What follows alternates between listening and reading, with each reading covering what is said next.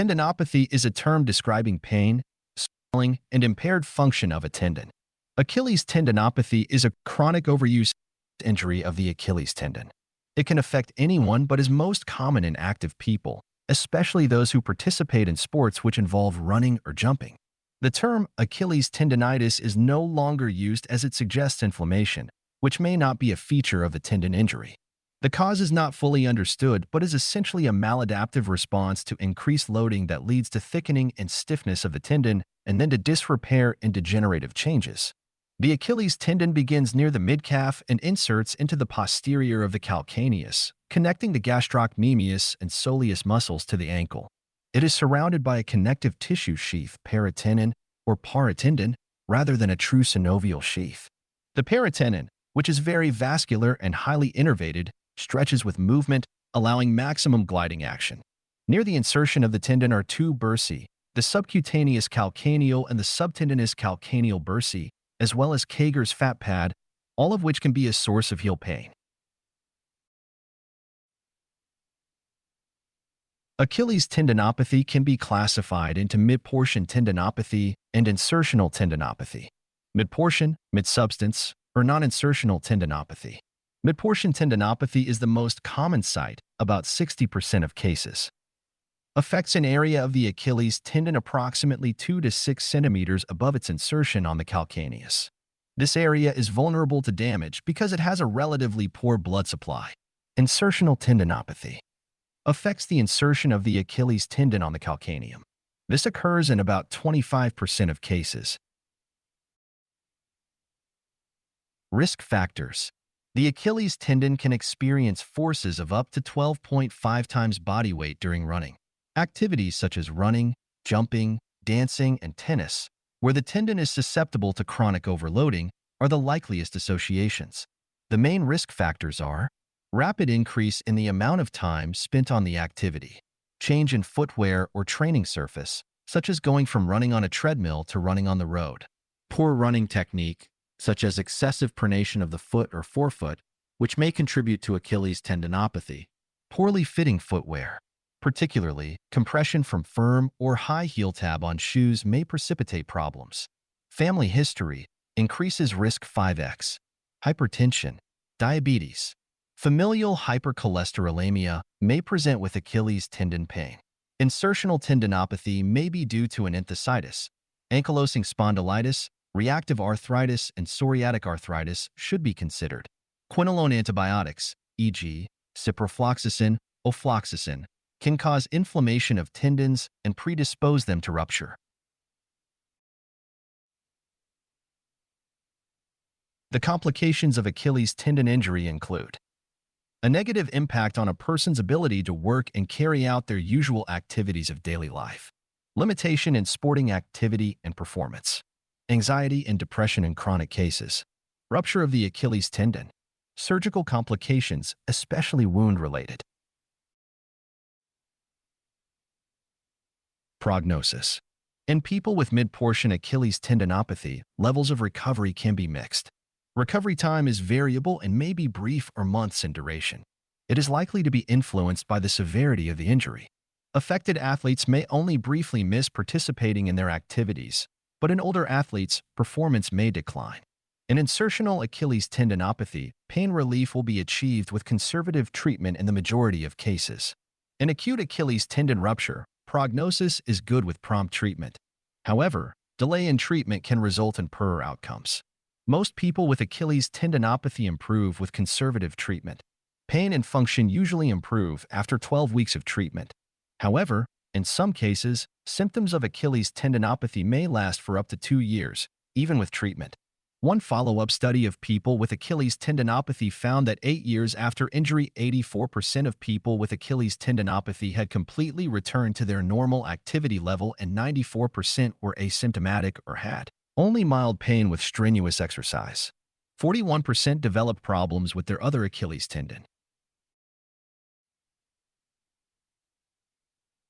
Differential diagnosis. True tendon pain from rupture or tendinopathy is usually confined to the tendon itself. Other diagnoses that cause pain in and around the Achilles tendon include retrocalcaneal bursitis, Plantaris tendinopathy. Dislocation of the peroneal or other plantar flexor tendons. Posterior ankle impingement. Haglund's deformity. OS trigonum syndrome. Facial tears. Calcaneal fracture. Irritation or neuroma of the sural nerve. Fat pad irritation. Systemic inflammatory disease. Diagnosis of Achilles tendinopathy. Ask about symptoms that might indicate Achilles tendon rupture, such as sudden pain in the back of the leg, an audible snap, and difficulty weight bearing.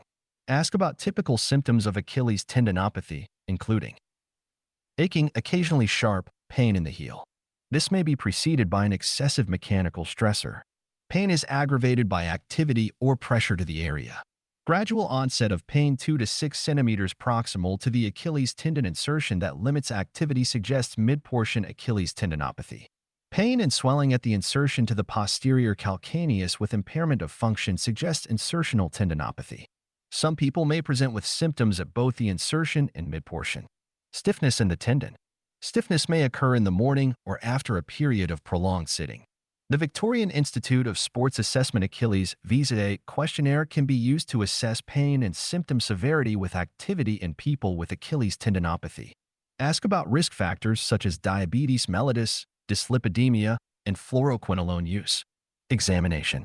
Examine both legs. Exclude Achilles tendon rupture. If no evidence of an Achilles tendon rupture is found, look for redness, swelling, and asymmetry. Palpate along the length of the tendon for tenderness, heat, crepitus, thickening, and nodularity. Tenderness on palpation of the mid-portion of the tendon is indicative of mid-portion Achilles tendinopathy. Tenderness on palpation around the distal 2 centimeters of the tendon is usually found in insertional Achilles tendinopathy. Evaluate the range of motion of the ankle. Pain worsens with passive dorsiflexion of the ankle. Assess function by asking the person to perform physical tasks such as hop and heel raise endurance tests, as appropriate. Achilles tendinopathy is usually a clinical diagnosis in imaging, such as ultrasound or MRI, is not routinely recommended in primary care. Arrange investigations, such as lipid profile or HbA1c, as appropriate, if an underlying cause is suspected.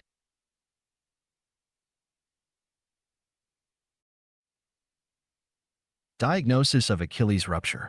Suspect Achilles tendon rupture if the person describes a sudden pain in the back of the leg, which may be associated with an audible snap and occur during sporting activity or running. This may be described as being kicked or hit by a racket. Note that approximately a third of people with complete tendon rupture do not complain of pain.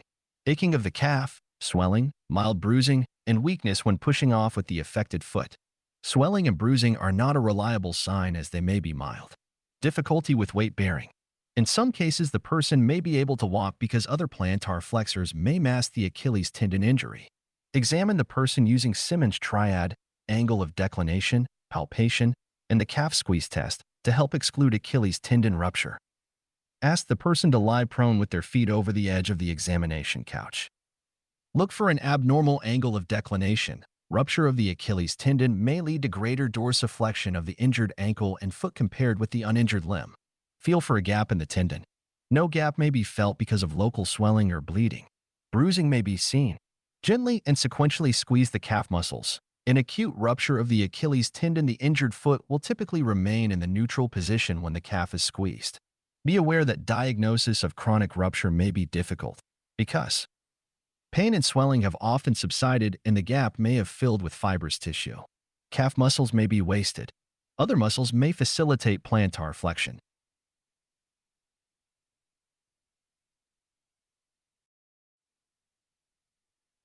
Management. Arrange admission or a same-day referral to orthopedics, depending on local protocol, if Achilles tendon rupture is suspected.